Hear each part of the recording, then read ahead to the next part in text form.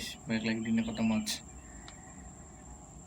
Oke, jadi kali ini di part 2 cara memanaskan mobil biar durable ya. Nah, jadi ini di part 2 nya. Sebenarnya di video part 1 saya tuh saya bilang di P tidak apa-apa, cuman di N lebih tersirkulasi, itu ya saya bilang ya, olinya. Jadi sini saya jelaskan dulu. Yang saya sudah baca skematik transmisi, automatic transmission. Terus saya juga sudah nanya beberapa mekanik di Shop and Drive dan di Daihatsu beberapa waktu lalu. Obrolan ringan saja, nanyakan tentang bagaimana memanaskan mesin. Yang lebih dalamnya adalah saya membaca skematik sendiri automatic transmission itu. Jadi gini, di automatic transmission yang AT, yang konvensional, yang standar ya, ini gambarnya bisa teman-teman lihat di layar sekarang. Nah ini ada oil pump. Nah, di mana letak oil pump ini?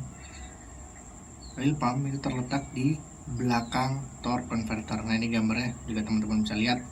Nah, ini ada torque converter, terus ada oil pump body.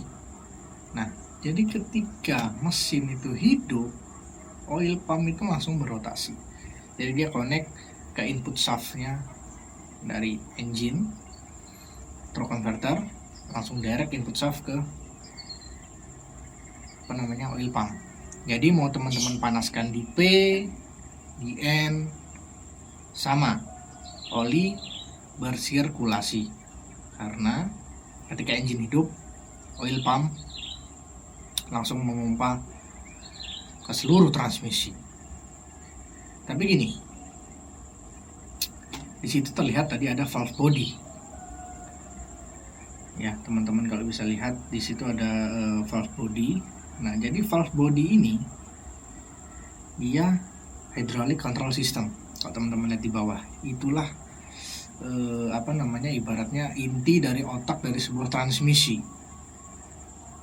Itu ada valve body, hydraulic control system. Semua ini dikontrol berdasarkan fluida, pakai oli. Inilah mengapa pentingnya oli transmisi.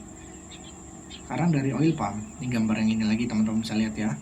Oil pump, dia ke torque converter, dia ke planetary gear set, dia ke clutch, dia ke brakes, dia ke hydraulic control system. Jadi teman-teman bisa bayangkan betapa pentingnya oli transmisi. Kita fokus ke hydraulic control system. Inilah yang mengatur, misalnya teman-teman taruh di P, R, N, D, hydraulic control system mengatur. Perpindahannya bukan berdasarkan kawat, perpindahannya berdasarkan fluida, pakai oli. Nah, itulah mengapa saya bilang di video pertama adalah untuk biar bersirkulasi penuh. Karena apa? Ketika dari part itu kita trigger ke N, maka hydraulic control system ini langsung memberi fluida tekanan tinggi ke masing-masing gear select yang kita pilih. Misalnya kita ke R, nah dia langsung hydraulic control system ini akan memberikan tekanan oli untuk ke clutch yang di transmisi itu. Clutch biar dia engage, langsung masuk ke reverse, gear mundur. Sama dengan D, hydraulic control system langsung mengirim sinyal, mengirim fluida, mengirim oil dengan tekanan tinggi ke transmisi, langsung mengunci clutch, langsung planetary gear engage ya.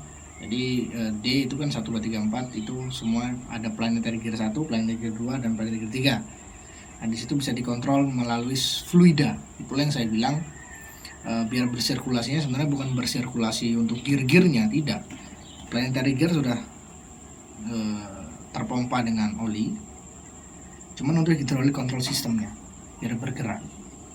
Banyak kasus gini, saya taruh di P dan di D, tapi mobil tidak bergerak, sistem transmisi tidak engage.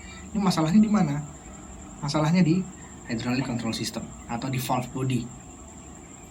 Lokasi valve body ini di oil pan. Jadi ada oil pan kalau teman-teman buka, di situ ada filter oli transmisi. Nah, di situ baru ada valve body yang mengontrol semua tuas transmisi yang di interior kita. Kalau sudah rusak, misalnya rusaknya begitu, gimana? Overhaul. Jadi valve bodinya dicek, sensor-sensor solenoidnya dicek, oli. Yang bikin penyebabnya itu adalah jarang mengganti oli. Itu ya teman-teman ya. Jadi nanti ada di part 3 pentingnya mengganti oli, dan pengalaman saya menggunakan mobil Matic dan sampai sekarang aman-aman saja. Sudah sekitar 90.000 km lebih Avanza yang kemarin itu. Aman, terkendali, transmisi tidak ada masalah. Saya kemarin juga baru nonton video YouTube dari Auto Second, nanti linknya di bawah. Itu tentang transmisi rata-rata rusak di 150.000 km.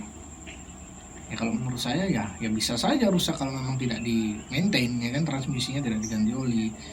Juga ada tips-tips lain, perpindahannya kasar, agresif, dan lain-lain. Nah, itu ada di video part 3. Jadi di video ini yang saya tekankan adalah memanaskan mobil di P dan N sama saja. Kan tadi sudah saya berikan, ini adalah torque converter, ini adalah oil pump. Jadi torque converter muter, engine running, torque converter bekerja, oil pump bekerja, langsung memompa ke seluruh transmisi, dari mulai brake, clutch, planetary gear, semua dikasih oli, tersirkulasi. Dan masalahnya adalah yang saya bilang pindahkan ke N itu hanya untuk mensirkulasi tadi valve body, ya, hydraulic control systemnya. Karena hydraulic control system ini bekerja ketika tuas itu dipindahkan. Di tuas itu dipindahkan, dia memberi oli tekanan tinggi untuk mengunci clutch, ya, biar gigi yang kita minta dari tuas transmisi ini engage. Kita minta air, dia ngirim fluida tekanan tinggi ke clutch biar ngunci. Jadi gear reverse saja yang bekerja. Kita ke D, fluida bekerja lagi, mengunci clutch, membuka clutch yang sebelumnya, dan planetary gear berjalan, ya. Jadi seperti itu. Di part ini adalah saya tekankan memanaskan mobil di P dan N sama saja. Memindahkan hanya untuk fluida di valve body untuk memperlancar dia bekerja. Tidak usah dipindahkan juga, nggak apa-apa.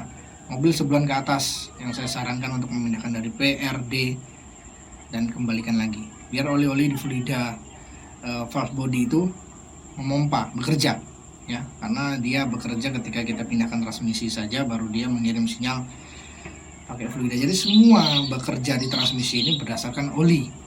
Ya, itulah makanya pentingnya penggantian oli. Nanti saya jelaskan juga pakai buku manual mobil yang di sini. Saya jelaskan bagaimana teman-teman cara mengganti oli, flushing, dan lain-lain. Saksikan di part 3. Like, share, dan subscribe. Sampai ketemu di video selanjutnya.